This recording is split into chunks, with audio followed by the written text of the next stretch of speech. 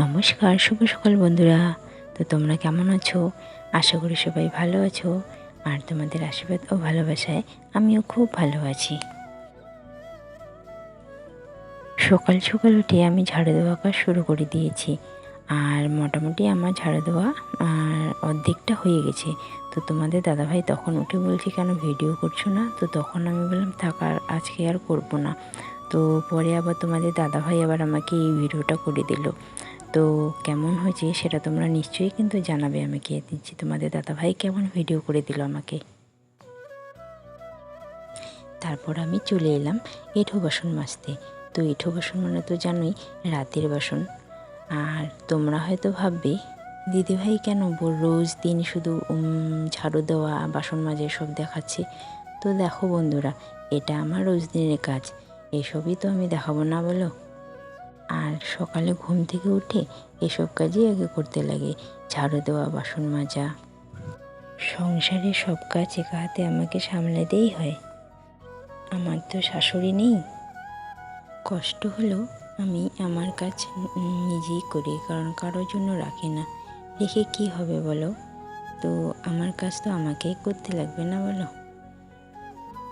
তো থাক এসব কথা, পরে না হয় আরেকদিন বলবো। তারপর আমি চলে এলাম ব্রাশ করতে।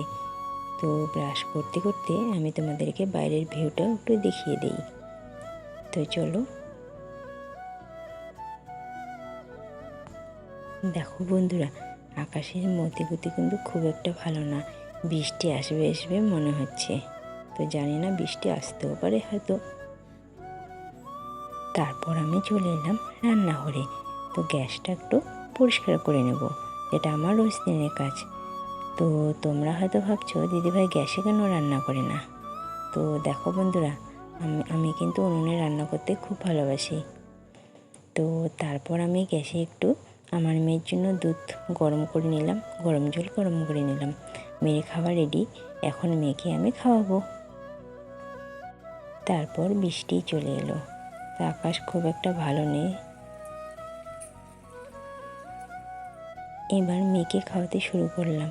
তো মেয়ের অনেক কিছু বায়না, দেখো এটা যাচ্ছে ওটা যাচ্ছে, এদিকে দেখিয়ে দিচ্ছি ওদিকে দেখিয়ে দিচ্ছি। তো মেয়েকে খাওয়াতে একটু অনেকটাই আর কি সময় লাগে। তারপর আমি ঘর গোছাতে চলে এলাম। তো দেখো বন্ধুরা, বিছানার কি অবস্থা হয়ে গেছে। তো এটা শুধু যাদের বাড়িতে এরকম ছোট বাচ্চা আছে তারাই বুঝবে যে বিছানার কোনো দিনও ঠিক থাকে না। এখনই ঠিক করে রাখবো, তারপরে মেয়ে যখন উঠবে বিছানায়, তারপরে বিছানা থাকবে না, একবারে এলোমেলো হয়ে যাবে সব কিছু। এই এলোমেলো বিছানা দেখলেও আমার খুব ভালো লাগে, কেননা মেয়ের সাথে খেলতে আর সময় কাটতে খুব ভালো লাগে।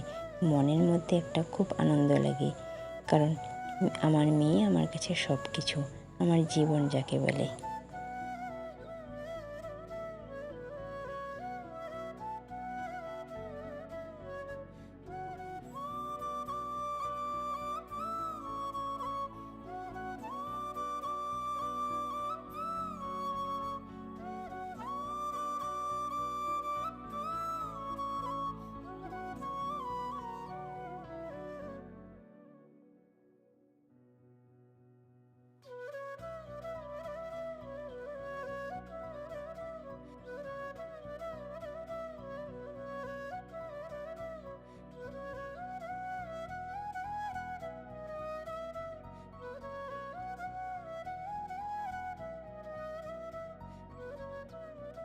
এত কাজ যে আমি কি করে সামলাই, মাঝে মাঝে আমি নিজেও অবাক হয়ে যাই।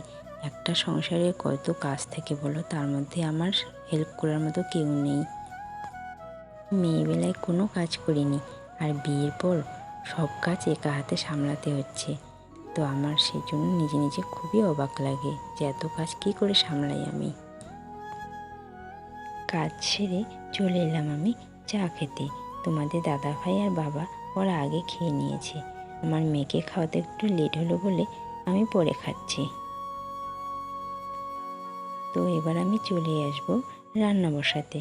তো তোমরা দেখতেই পাচ্ছ আমি উনুনে রান্না করি।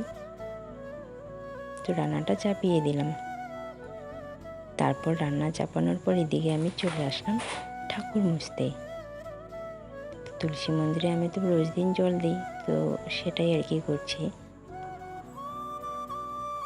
তো ফুল টুল দিয়ে একটু সাজিয়ে দেবো।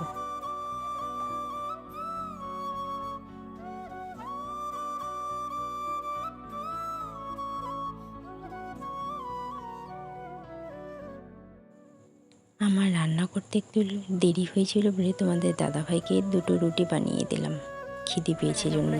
তো আমি এখন রান্না করে চলে আসলাম এখানে। তো কি কি রান্না করলাম সেটা তোমাদের দেখাবো। আর আজকে আকাশটা খুব একটা ভালো ছিল না, তো সকাল সকাল খুব বৃষ্টি হয়েছিল, খুব না মানে অল্প অল্প বৃষ্টি হয়েছিল। তো আকাশটা আর কি মেঘলা মেঘলা হয়ে আছে, তবু গরম লাগতেছে। আর তার মধ্যে আমি তো তোমরা তো জানোই আমি উনানে রান্না করি, আর উনানে রান্না করে এখনই আসলাম, মানে আবার বেশি গরম লাগছে। তো কি কি রান্না করলাম চলো দেখা যাক। এই যে আমি চুলায় রান্না করে আমি এখানে আর কি নিয়ে আসি আমাদের গ্যাসের রুমে। তো দেখা যাক, এই যে দেখো, তো ডিম বানিয়েছি। তো ডিম ছিল 3টা, হ্যাঁ। তো সিদ্ধ দিয়েছিলাম 3টে ডিম, তো একটা খারাপ হয়ে গেছে, তো সেই জন্য 2টা ডিম। আর এই যে এটা ডিমের ঝোল। আর এখানে আছে ডাল, মসুর ডাল।